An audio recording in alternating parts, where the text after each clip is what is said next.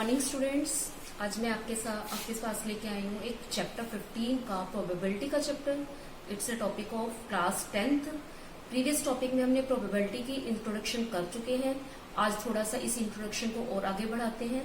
पहले हमने हेड और जो हेड टेल यानी कि कॉइन को टॉस करते हैं उसकी हमने प्रोबेबिलिटी निकालनी सीखी थी, और ठीक इसी तरह से हमने डाइस को टॉस करते थे तो उसकी प्रोबेबिलिटी कैसे निकलती थी ये सीखा था। और आज हम सीखेंगे कार्ड्स में से अगर रेंडमली कोई कार्ड, मतलब जो पैक ऑफ कार्ड्स होता है, ताश की गड्डी होती है, उसमें से अगर एक कोई कार्ड चूज किया जाता है तो उसके निकालने की प्रोबेबिलिटी क्या होगी, हम इसके बारे में सीखेंगे।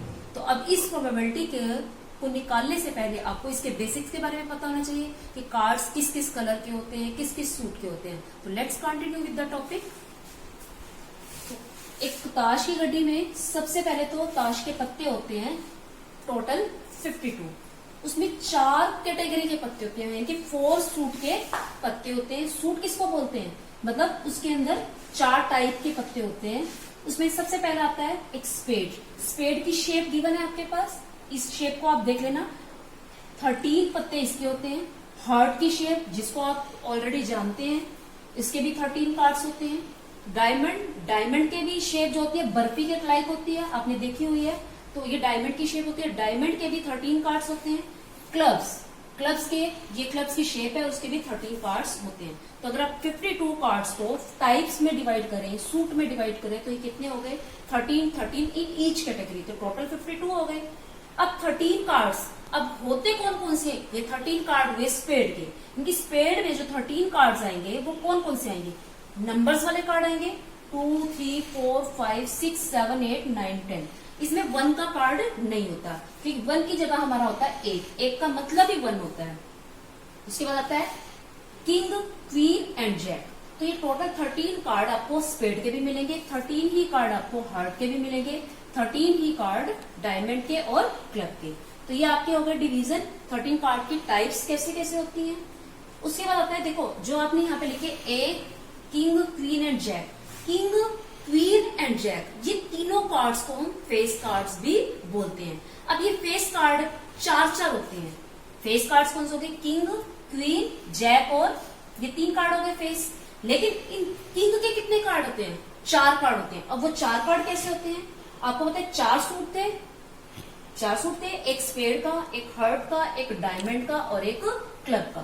तो किंग के जो 4 कार्ड होंगे, एक स्पेड का होगा, एक हार्ट का, एक डायमंड का और एक क्लब का। ठीक इसी तरह से क्वीन के जो 4 कार्ड होंगे, एक स्पेड का होगा, एक हार्ट का, एक डायमंड का और एक क्लब का। ठीक इसी तरह से आप जैक के भी निकाल सकते हैं। उसके बाद आती है कलर्स की बात। कलर्स के लिए मैंने यहाँ मार्क किया हुआ, देखो इसको मैंने ब्लैक कलर से किया हुआ है, इसको भी ब्लैक कलर से किया हुआ है, लेकिन यहाँ मैंने ब्लैंक छोड़ा है क्योंकि मेरे पास रेड मार्कर नहीं था। तो देखो 26 कार्ड टोटल जो होते हैं किसके होते हैं, ब्लैक कलर के होते हैं, और 26 कार्ड ही रेड कलर के होते हैं। तो रेड कलर्स 26, ब्लैक कलर के भी कितने हो गए 26। ठीक है। उसके बाद आता है फेस कार्ड। ये आपने बता दिया कि फेस कार्ड 1 ईच, मतलब कि हर एक सूट का एक कार्ड होता है, और टोटल कितने होते हैं 4।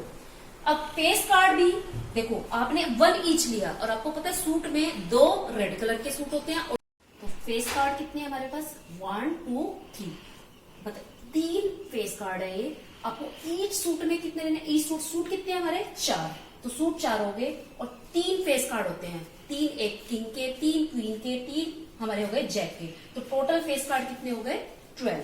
तो फेस कार्ड होते हैं 2 रेड कलर्स के होते हैं, मतलब या तो वो डिवाइड हो जाएंगे आपके रेड कलर में और ब्लैक कलर्स में। तो फेस कार्ड तो आपने इसको यहाँ अभी रहने दो, आपको शायद क्लियर नहीं होगा, फिर इसको फिर से बताएंगे। तो यहाँ आपका पूरा ये कंप्लीट हो गया है, तो आपको ये टॉपिक को अच्छे से देखना है। जब तक आप ये टॉपिक नहीं करोगे आपके क्वेश्चन नहीं होंगे। तो अब जो आपको कार्ड्स के बारे में डिटेल बताए, एक छोटा सा उसका एग्जांपल लेती हूँ।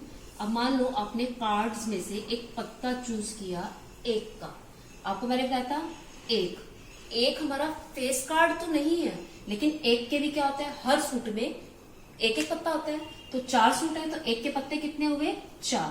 तो आपको जो प्रोबेबिलिटी निकालनी है, किसकी निकालनी है, प्रोबेबिलिटी ऑफ ड्रॉइंग एक कार्ड। तो अब एक कार्ड को निकालना है तो आप ऐसे लिखोगे PE क्योंकि बार बार आप एक लिखने की जरूरत नहीं, आप पीई लिख दोगे कि जिस चीज को आप निकालना चाहते हो उसकी प्रोबेबिलिटी ये है। अब आपके फेवरेबल आउटकम्स कितने हुए 4 और टोटल आउटकम कितने हैं 52। इसको आप कट करोगे तो आपका आ जाएगा 1/13। ठीक इसी तरह से एक पॉइंट और बता देती हूं कि अगर आपका ये आ जाता प्रोबेबिलिटी निकालो of not getting an egg, probability of not getting egg.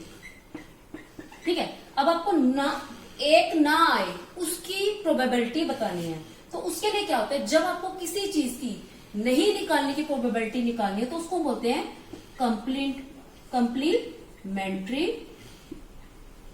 Probability.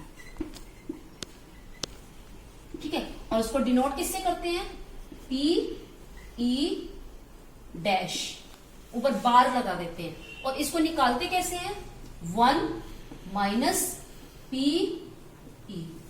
ठीक है, अब आपको मैं एक चीज और बताती हूं, यहां हम इसको 1 में से माइनस क्यों करते हैं, क्योंकि आपको पता है कि जब आप कॉइन टॉस करते हो तो उसमें 2 ही चांसेस हैं आपके, तो उसमें 2 ही चांसेस हैं, तो या तो हेड आएगा या टेल आएगा, दोनों को जोड़कर ही तो हमारा 1 बनेगा। क्योंकि प्रोबेबिलिटी जो होती है हमेशा 0 और 1 के बीच में लाई करती है। अगर आपको मान लो 5 इवेंट्स हैं या 6 इवेंट जो अकर हो सकते हैं, जैसे डाइस के अंदर 6 इवेंट्स अकर होगी, या 1 आएगा या 2 आएगा या 3, 4, 5, उन सबको जोड़कर जो आपकी प्रोबेबिलिटी टोटल आती है वो कितनी आती है 1 आती है। यानी कि टोटल प्रोबेबिलिटी 1 होती है, उसमें से हमने क्या माइनस कर दिया प्रोबेबिलिटी, यानी कि उस इवेंट को होने की प्रोबेबिलिटी को माइनस कर देते हैं, तो आपके पास क्या आ जाती है उस इवेंट यानी कि घटना को ना होने की प्रोबेबिलिटी को निकाल लेते हैं।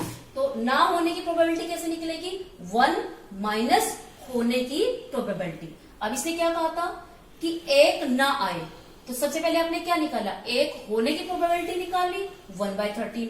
अब आपको किसकी निकालनी है ना होने की निकालनी है, तो ना होने की कैसे निकलेगी 1 में से होने की प्रोबेबिलिटी माइनस कर लोगे 1 माइनस 1/13। एलसीएम लेकर आप इसको सॉल्व करोगे 13 माइनस 1 इज इक्वल टू 12/13। तो गाइज ये आपका ये क्वेश्चन था, ये आपकी एक्सरसाइज में तो नहीं दिया हुआ, ये क्वेश्चन आपका एग्जाम्पल्स में दिया हुआ है एनसीईआरटी की बुक में। तो मुझे उम्मीद है आपको ये क्वेश्चन समझ में आ गया होगा। थैंक यू गाइज, वीडियो को देखें और एंड तक देखें। अगर आपको कोई डाउट हो तो प्लीज कमेंट करें और लाइक शेयर और सब्सक्राइब करना ना भूलें। फिर मिलते हैं नए टॉपिक के साथ, बाय, तब तक के लिए।